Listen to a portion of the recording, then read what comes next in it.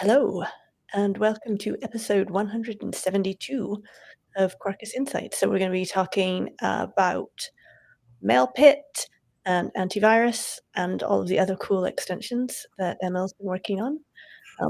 We're happy to have you as our guest, Emil. Do you want to before we jump into introductions, we can do news, because then I get to push another button, which is very exciting.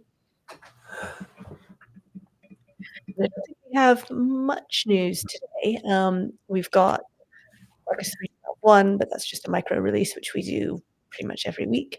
But we do have one little thing, which is many of you know Mandrill, which is a downstream distribution of GraalVM. That's really with the goal of supporting Quarkus as best as possible. And for a long time, if you wanted to use Mandrill and you were using macOS, you were a bit stuck. But we now do have a Mandrill build for macOS, so you can install that. And if you're using SDKman, you can install it via SDKman. So you can just do SDK install Java 2401 R22 Mandrill, which I will put into the chat. And then you're all set if you're using Mandrill on Mac. Yeah, and the cool thing is this has been my pet. I've wanted this for ages, but it's been tricky. But now it's there, and this means that you no longer have to use a mix of GraalVM, Community, GraalVM, EE, Graal, Mandrill. You can just use one, and there. You can still continue doing the mix if you want to. And another news, just remember, is another thing is that just like OpenDDK has this thing where Oracle maintains the latest and greatest, and the community maintains the bigger branches. So, for example, Red Hat, don't kill me if I'm wrong here, but I believe we maintain Java 8 and Java 11 branches, and there's another I think it's Sybase, like someone else is doing the 17 for OpenDDK. The same has now been set up for GraalVM and Mandrill, or GraalVM. So the Java 17 native image repositories are being maintained by the people from Red Hat's Mandrill team. And once we get to Java 21 being the backwards thing, either someone from Red Hat or someone from Amazon or whatever who's also participating will step up and do so. So this has been one thing that's been a long time coming, that we have like the community can actually help contribute and maintain backports, which before was like unique for Oracle, but now it's open, which is good. So yeah, it's the power of community. Yes. So cool. And with that, still on the subject of the power of community, I think we can jump into some of your extensions that you maintain. But before we do that, do you want to start with an introduction? Sure. Yeah, my name is Emil Lefkof. I am the CTO of a small consulting firm outside of Philadelphia, Pennsylvania called KSM Technology Partners. And we do a lot of UI microservices, but we're mostly a Java shop. We do a little bit of other things, but Java's been our main thing since 2003. So, and I found Quarkus in 2019. We've done a lot of Spring Boot, but I actually, as you know, prefer Quarkus. For good reason. So today we're going to talk about two extensions that I work on, Mailpit and Antivirus. Mailpit came out of our very first discussion last fall, where we talked about, I said, hey, one thing I thought was missing was an SMTP dev service, because all my clients, we do so much emailing that it's really a pain to have a real mail service. And while the Quarkus built-in mock is great, I just think that email should be treated like a database. That's one thing I don't like mocking. Now somebody out there is going to say, oh, he doesn't like mocks. He does all integrate. No, I love mocks. I do it. But for mail, I feel like it's a database. You want to test the real backing service as it is as an SMTP server.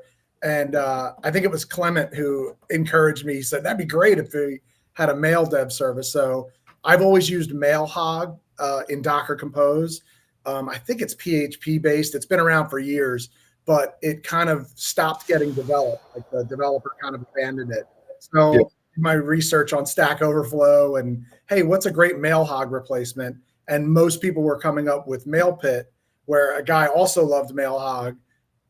He wrote it from scratch in Go, and the UI is in Vue. So it's a very modern, very small. It's a great implementation of what Mailhog's intention was. And I think he tried to stay true to what Mailhog's API was, but his is actually a little bit more mature.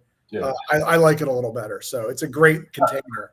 You remind me, because I remember when we had that the insights about this, and that was also, I think, about the first time we started saying about, hey, we could actually have an extension that doesn't do anything except provide some dev service. And that's right.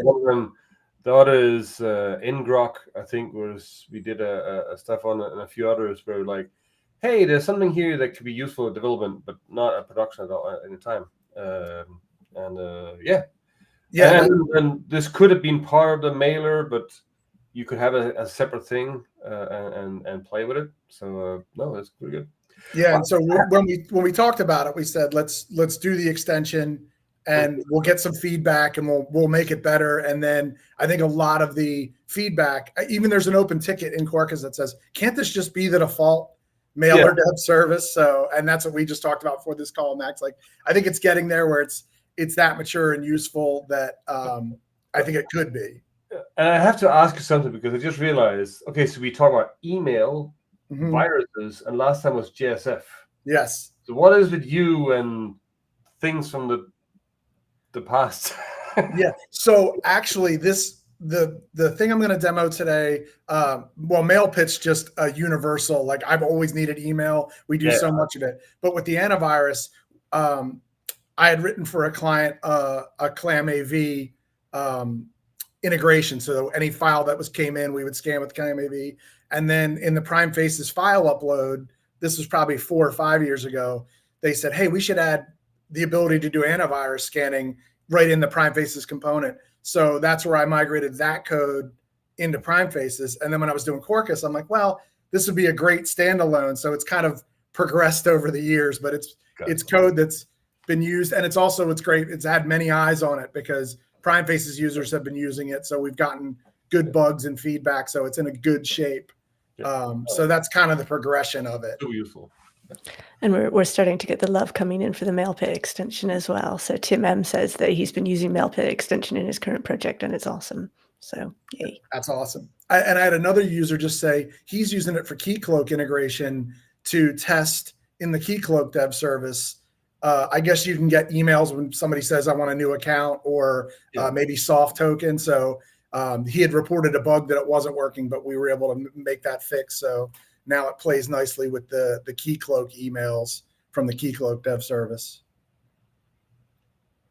Sweet. So I think I'll get started with a demo to talk about it. Go ahead. All right. So let me close that. So I think I talked a little bit about it. The reason why, and let me make this bigger, these were the main drivers behind this is I want to verify real email with a real mail server and not mocking, only because I think it's a little something that shouldn't truly be mocked. This one we talked about on the last one too is prevent accidentally sending a customer an email while developing. I think we've all been in a place all the time. Somebody accidentally turns on the wrong flag in development, and next thing you know, you're getting all your customers are writing in saying, wait, it's saying I need to change my password, or I need to do, whoops. I think we've all been there.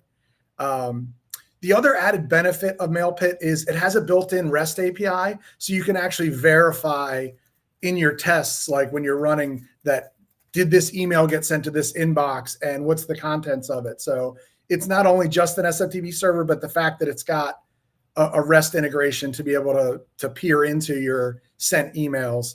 And then here's just 2 others. Like obviously Quarkus is always trying to be a 12-factor app where we want to treat backing services as attached resources. And you want to keep development and production as close as possible when you're running. So that way your real code is like your dev code. So with that, I will show some code. So at its core, here's a simple REST service. that I'm sent to Mailpit. You inject your mailer. Now, this one's a named mailer, but that's because one of the bugs we got reported was it didn't support multiple mailers, like if you had an SMTP 1 and 2. This was just a test to make sure it worked with named mailers. But you just inject your normal mailer, and then you create an email just like you would anything else. The only thing you'll see special here is I'm setting some headers of an X tags. Now, X tags is actually, I believe, something special for Mailpit, but I really like it, and I'll show you what that looks like. And then you just send your mail, and then I'm just sending out a 200 OK message. So if we start this up, let me start my dev mode.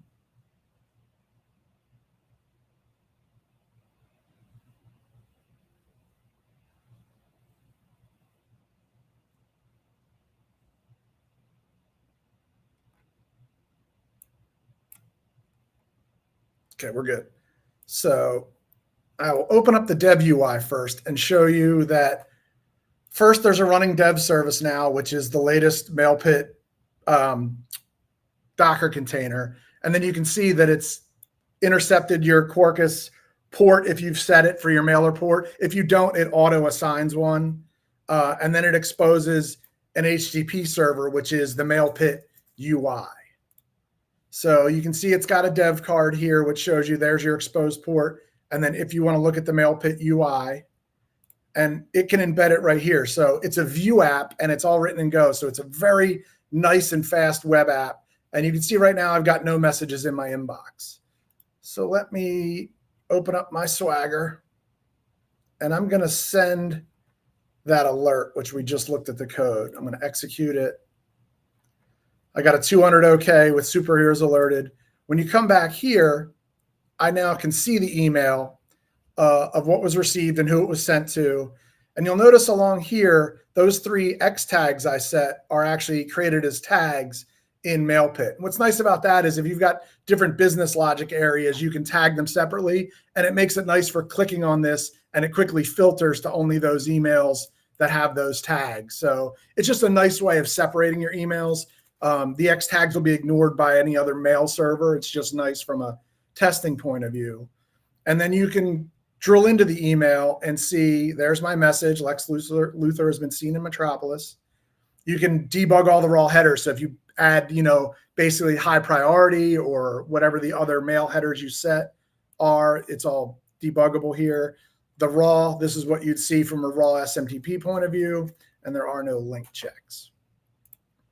So what I'm going to do next is I'm going to show off. A lot of these that I'm showing off are Mailpit features that I'm looking like I'm taking credit for. I'm going to send the same email, but an HTML version of it. Got my 200 OK. And you can see here, it's got an extra tag HTML, which fills here.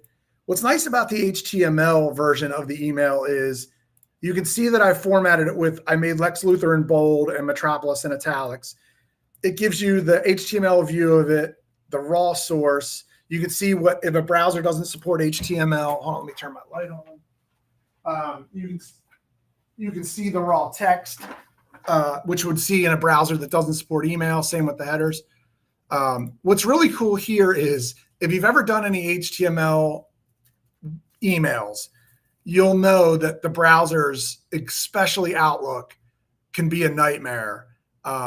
As far as you can't use every feature of HTML. And I believe in Outlook, it even has some custom old IE type notation you have to use to make the emails look right and all the things. So he's got this built-in checker where it tests it against platforms and shows you how supportable your HTML email is. Now mine's a super simple one, so it's 100% supported, but one of my clients, they send really advanced emails with graphics, and they want it to look like, marketing material. And you want to make sure it looks right in, both Gmail and Outlook, because that's what a lot of people are using. Do you know what they're using there? Is that like a service or like a... I didn't research what Mailpit's actually using for it, but it's slick. I'm a big fan of this. Sure. And then he's got another thing, which I also haven't used, link check, where I believe you can wire it up to one of he'll check it all for unique links, status codes. So you basically, if your thing has links, it'll go through and make sure they're all valid links.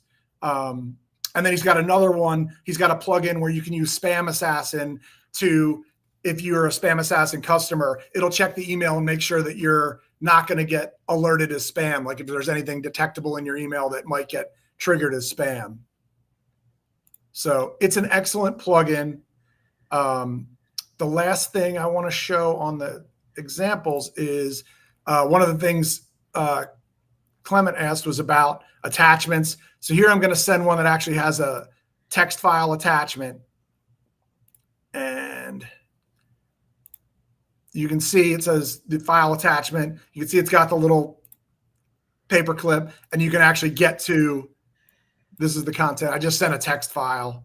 But that's what's nice about it, being able to fully test attachments. And I think he said that's one of the drawbacks of the built-in mock mailer. Yeah, you can't see the details. I don't think you can test attachments. So he was happy about that too, that this was fully supported.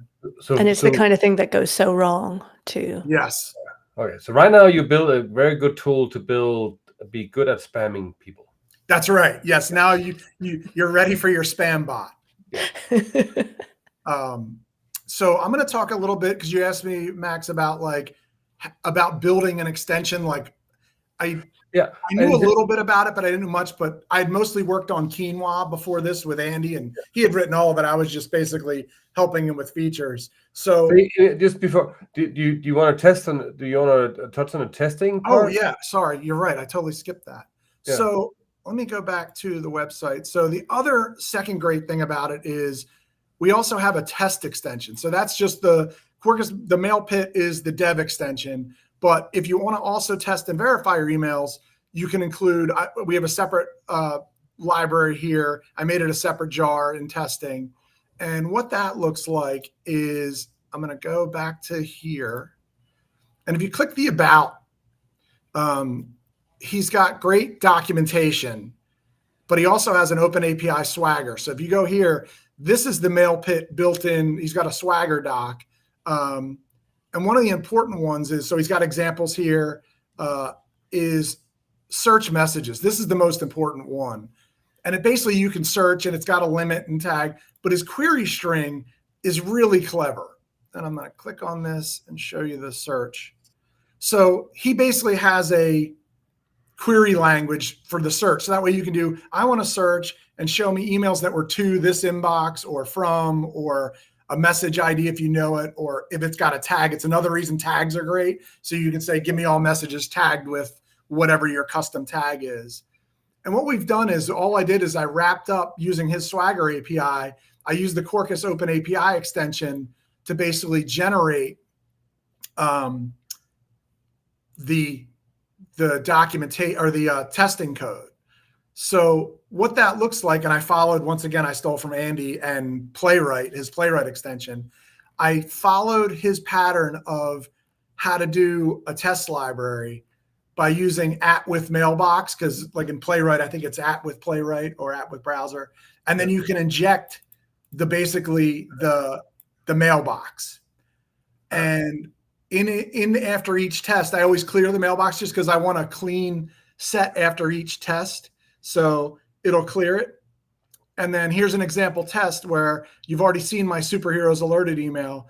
I'm going to basically call the Mailpit alert, make sure it's 200 with superheroes alerted as the body.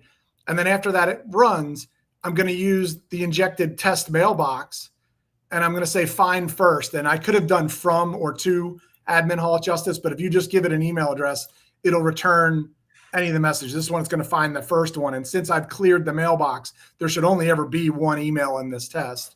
And then I can assert, it's a full object. So you can assert the subject text, the HTML, like you can verify all of it with a unit test or a unit integration test.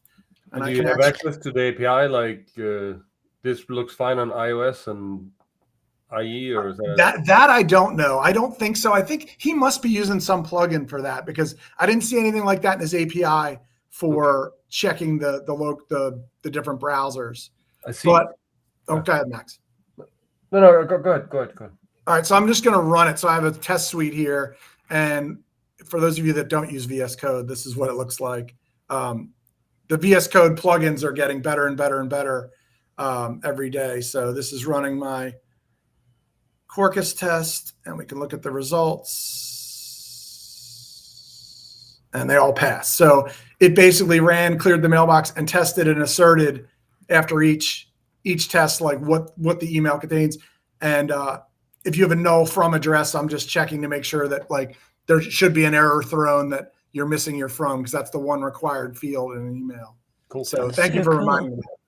Yeah, so it's a fully useful, I think, dev service and test framework for emails. And there's one here. Tim says, like, I like the way where the email will look.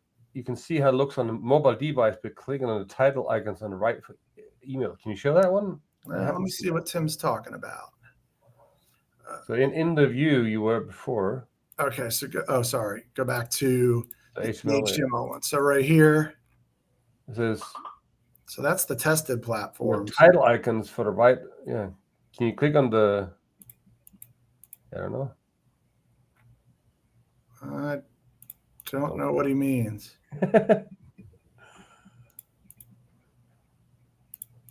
Nope, I don't know what he means. What if you click on HTML? Is it no? That's just the sub. That's the link check would be to check the message links, but okay. Well, I don't know. Oh. On the tests for the Mailpit testing, would it work to simplify the annotations a bit and either have like just at inject mailbox or have at with mailbox and then just an at inject? That's a great question, but as with all extensions, I follow what other people do. Yeah. So I just followed Andy's lead and did it how he did his playwright one. So is there a better way? I'm sure there is, but that was my development approach, is look at what someone else did and do that. Tim says go to the body and click the icons on the right. Go to the body. Oh, there. Go back. Up in the right corner. Oh, yeah. Ooh. See, there we go. Slick. I did not know that. I wonder if that's a newer feature. He's adding features all the time. The developer is really active. We had submitted a bug to him over the weekend. I was addressing because Fedora on Firefox was missing. This source tab was blank, and I think the raw tab. And he worked with us, and he tried everything to reproduce it. He's like, I think it might be a problem with inside the Quarkus frame, because we tried it everywhere. And if you do the full, if you go back here and click the external, it would work fine. So it was something to do with being inside the frame, but Firefox and Fedora only. But that's actually really slick. I'm glad Tim mentioned that. I didn't know that. That's very nice. Hey, we learned something. We just learned something. Yes. And especially when you've got, I guess that's really helpful too. If you've got, images and, when you make those fancy marketing emails there, you got to get them perfect, or the UI, UX, or the marketing team will yell at you if it's not pixel perfect on the iPhone. Very cool. That is very cool. And we've got another question as well about something you mentioned at the beginning, that, the possibility of, we've got Quarkus Mailer and then we've got Mailpit, and is there a possibility of merging them in the future, or what's the latest with that? Yeah, I think Max had mentioned that, and I know the other team. There is an open Quarkus ticket. I don't see any reason why we couldn't. It'd be really easy to port into the main thing. I think the hardest part would be, from my point of view, would be updating the documentation, because I think right now everything talks about Quarkus Mailer mock, and then how to make sure they don't conflict, right? Like, we wouldn't want to break people who are currently using Mailer mock. Yeah. The thing is, I remember when I used it the first time, my first issue was, why do I have to add both Quarkus Mailer and Mailpit? Because I think the first version you made assumed that Quarkus Mailer was always there. And I'm like, no, I'm just going to use Mailpit, and it will give me Mailer.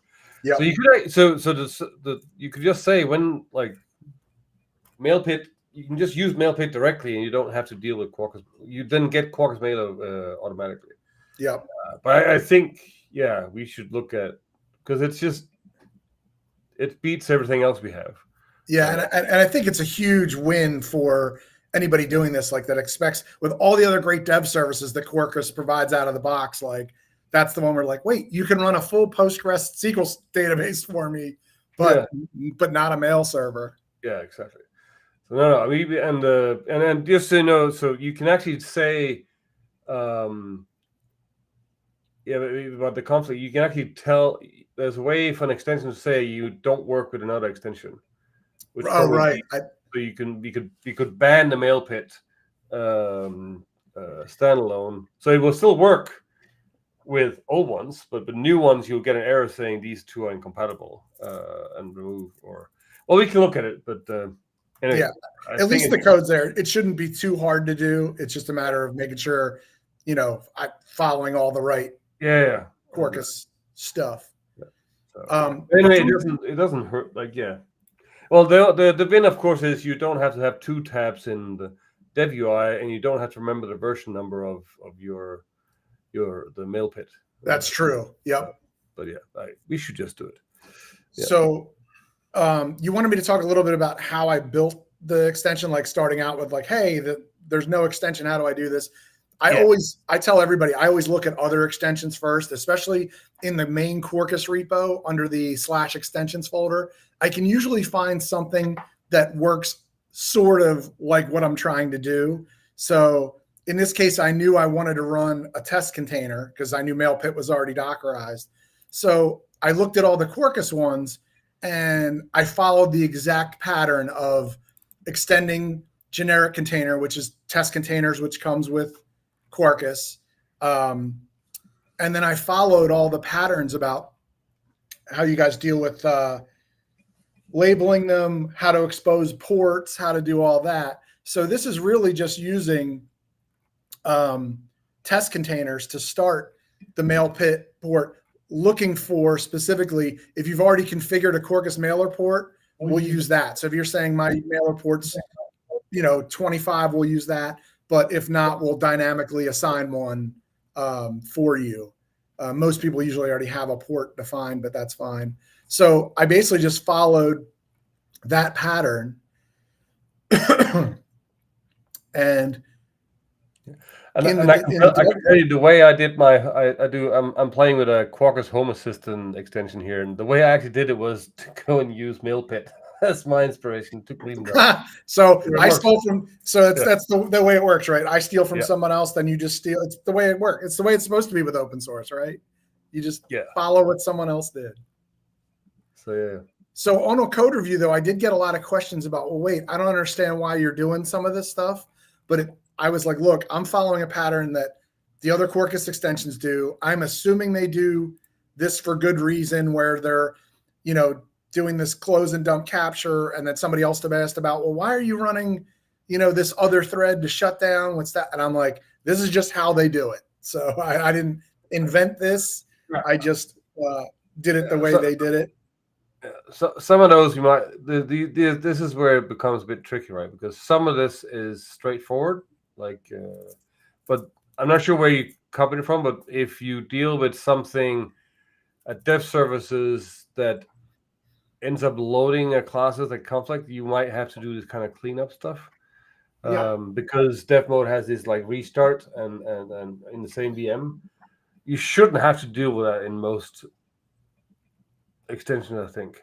So it seems to be just a good pattern to follow to make sure your dev service is closed properly.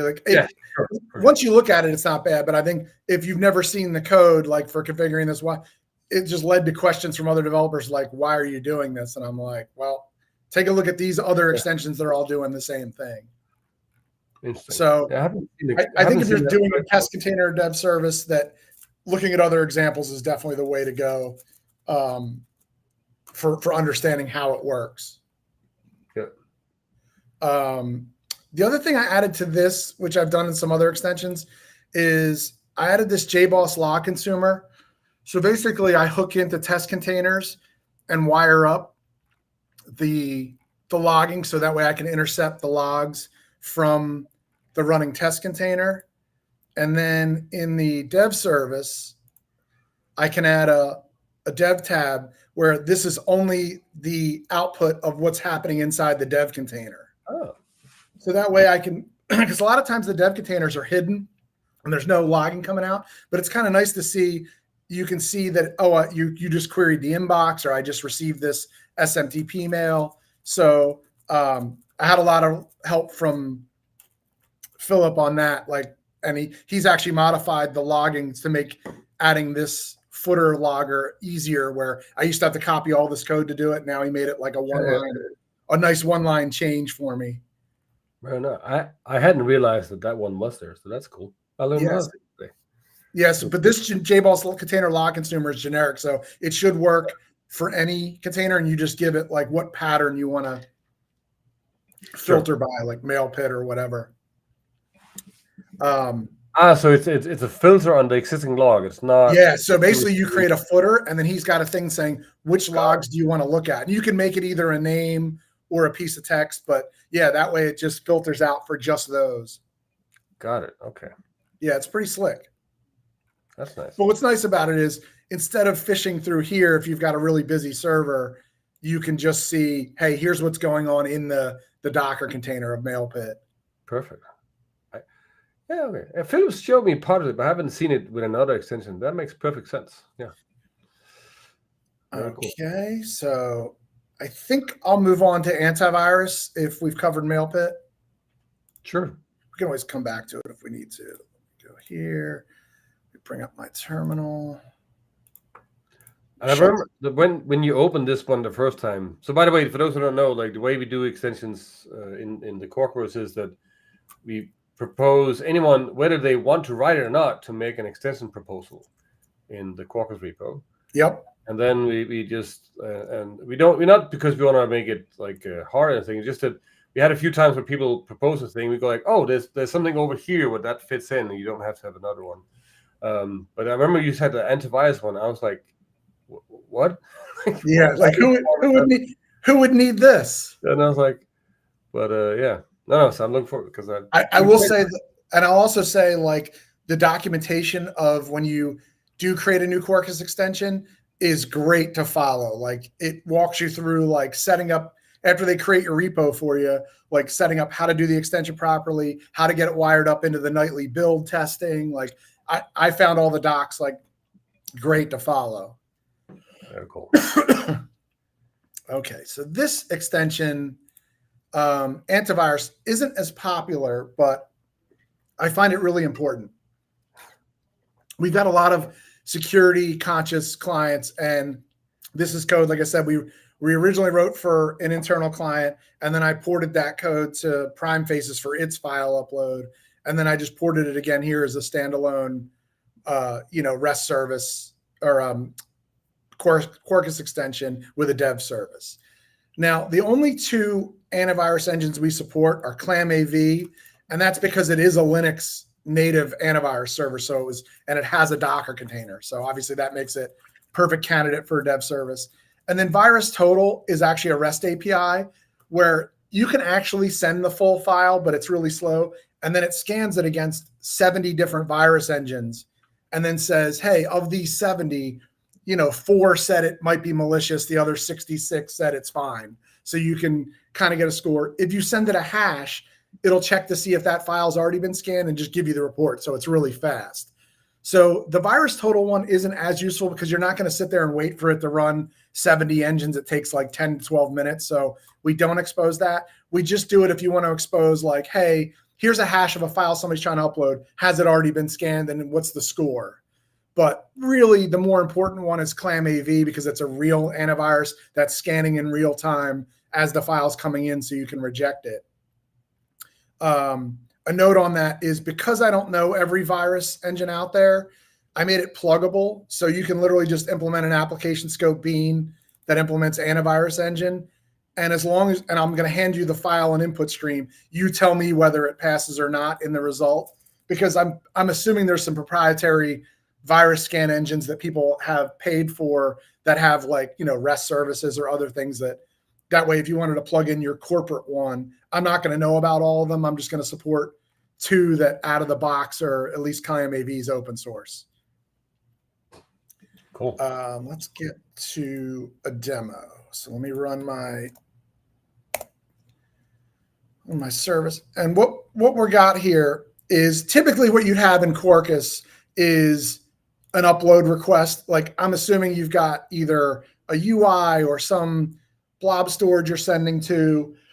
Typically, you're going to have a multi-part form request that is the actual input stream of what the file is, and maybe a file name, maybe a content type, maybe something else. But I simplified it to just a file and a file name for this demo.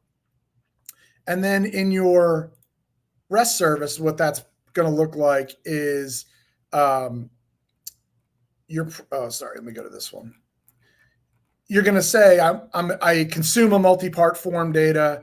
This is going to produce a JSON response.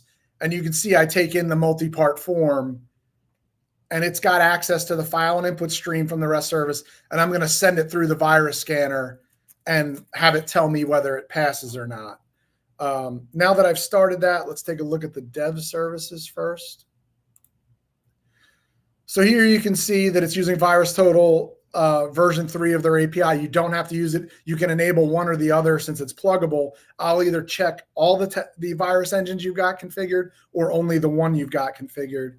And then in dev services, it started up the latest ClamAV on a port. We'll randomly assign a port and do that. But then in production, you obviously can override it with your real running ClamAV instance in your Kubernetes cluster, or a lot of times at my one client, they put ClamAV on every Linux box. So that way the call is always localhost 3310 just for speed because you're streaming a file to it. So let me close Mailpit. Let me open up my Swagger. So I've got some example uploads here. And if I was going to send a valid file, obviously that sent it. I got a 200. It accepted my octet stream because I sent a valid file. But let's take a look at what an invalid file is. Now I would upload this, but every time I try and save it on my machine, Windows detects it as a virus and then immediately deletes it. So I didn't want to turn off all my virus scanning. So what a virus looks like that you can actually test with is this. So this is a standard test virus. It's actually a string. All the virus engines respect it. So even though it's not a real virus, it's meant for testing. So it would detect a real virus. So that's in my invalid service. So if we run ClamAV invalid, you're going to see I got a 400 bad request because I'm responding with, hey, you sent something bad in. If we take a look at the logs, you can see that scan detected virus and file.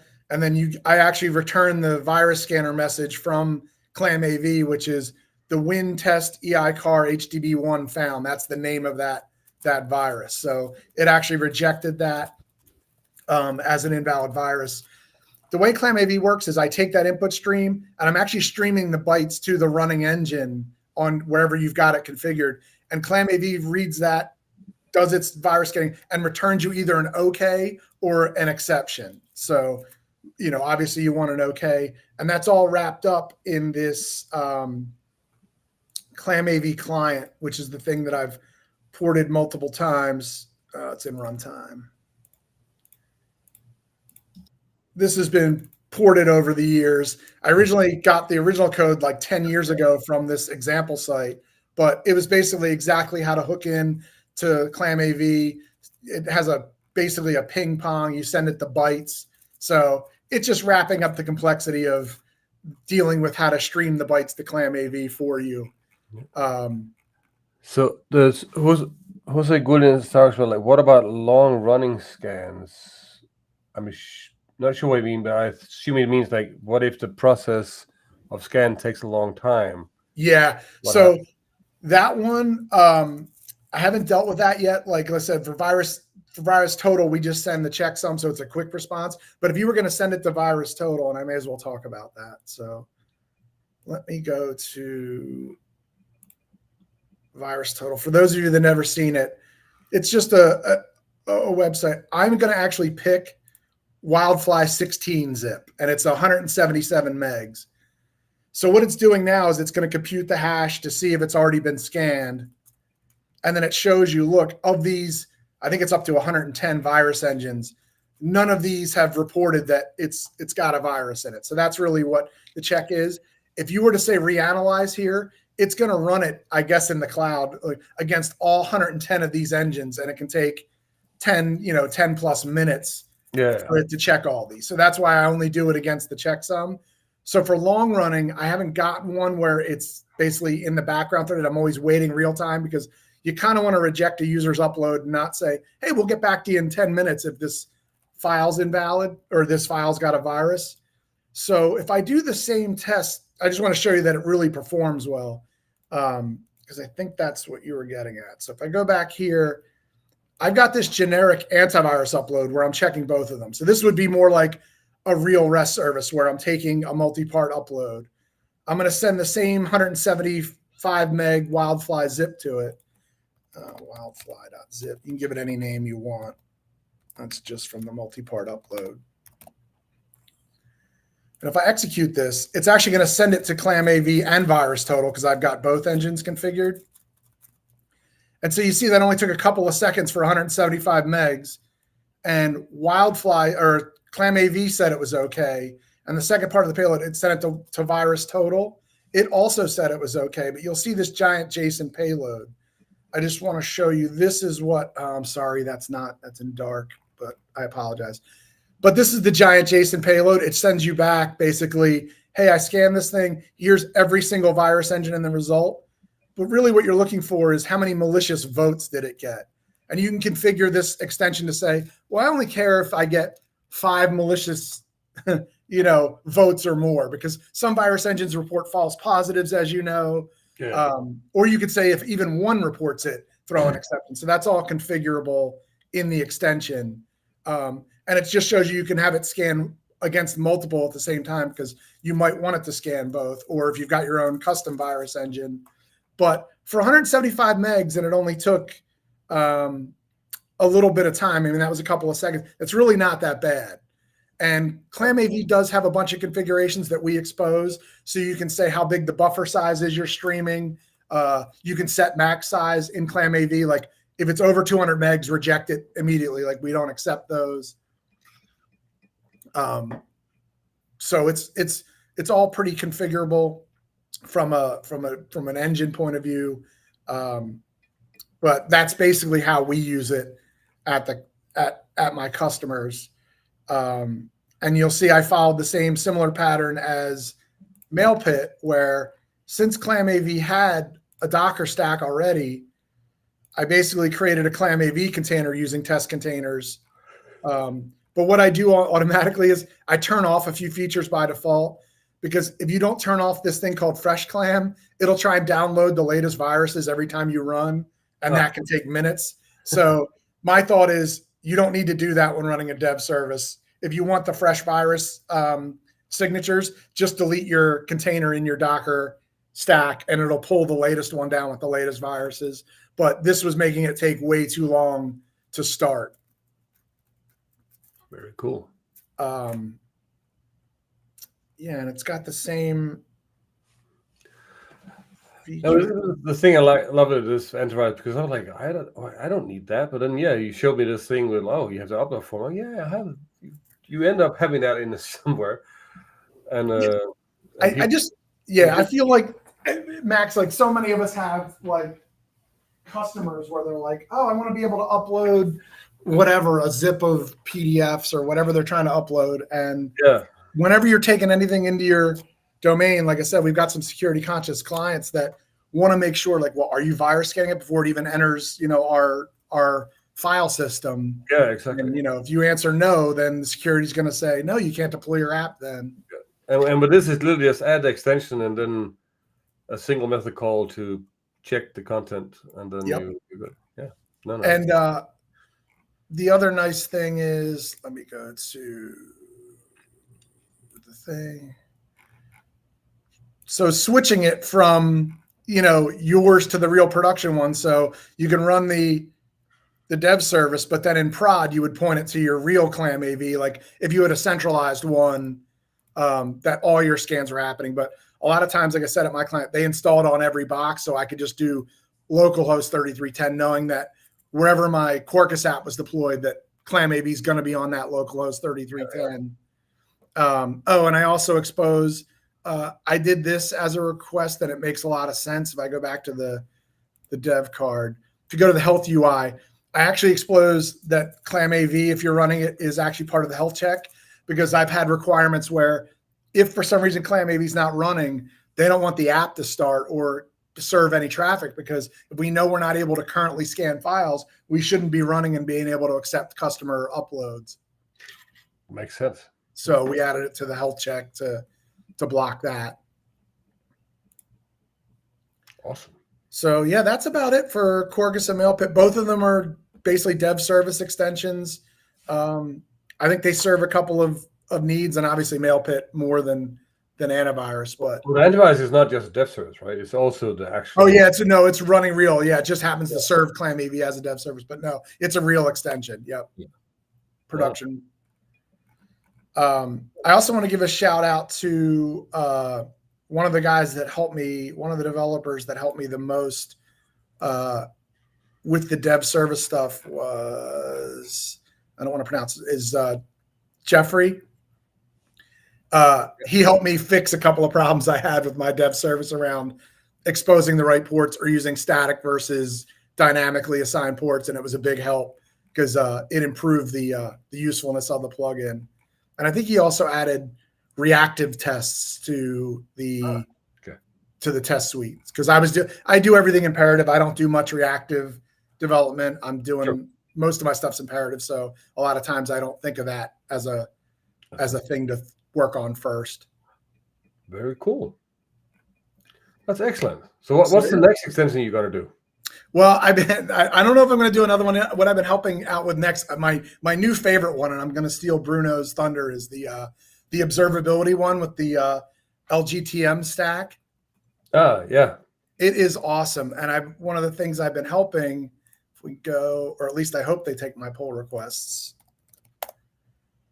is one, I added a dev card so you can get to Grafana and the UI. But the other one was, out of the box, the Grafana dashboard doesn't hook into the running Quarkus metrics properly. Oh, nice.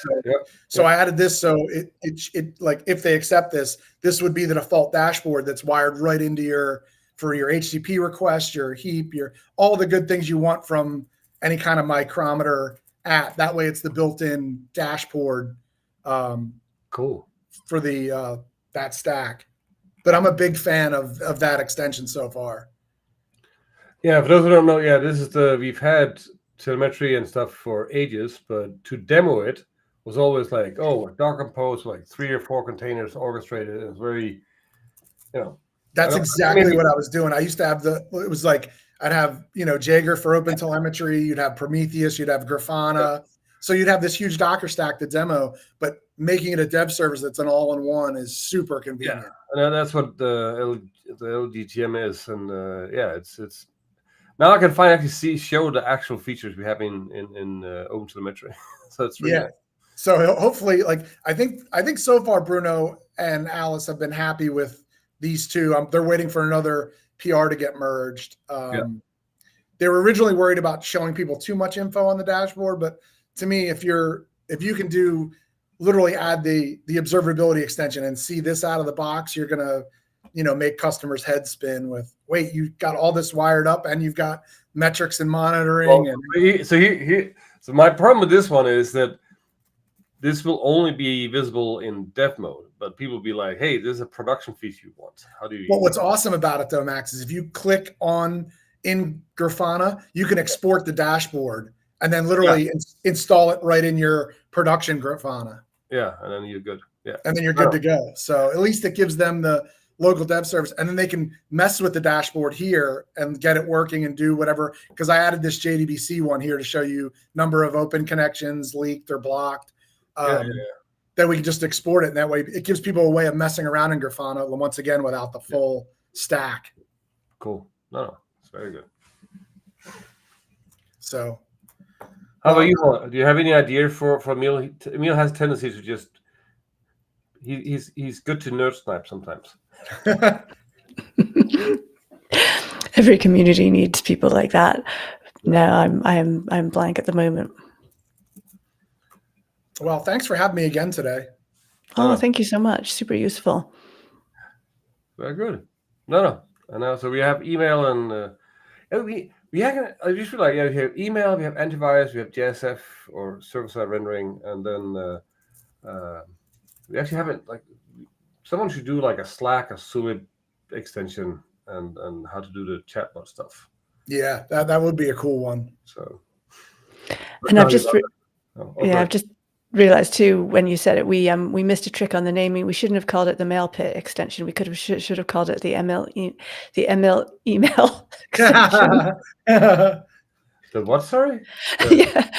Play on my first name. Yeah, Emil email. Yes, that way. Email. Yeah. Just make it easy to pronounce. Yeah. Yeah, as I demonstrated. Awesome. No, but thank you, Emil. This is great, and again, thank you for all the stuff you've done, and especially that you can come and talk about them. So yeah, thank you so much. Cool. Anyway, that was a short and on price. I'm tired. So I can't speak anyway. Yeah, I know. You need to go get some sleep. Yeah, that too. Cool. All right. Anyway, Thank you.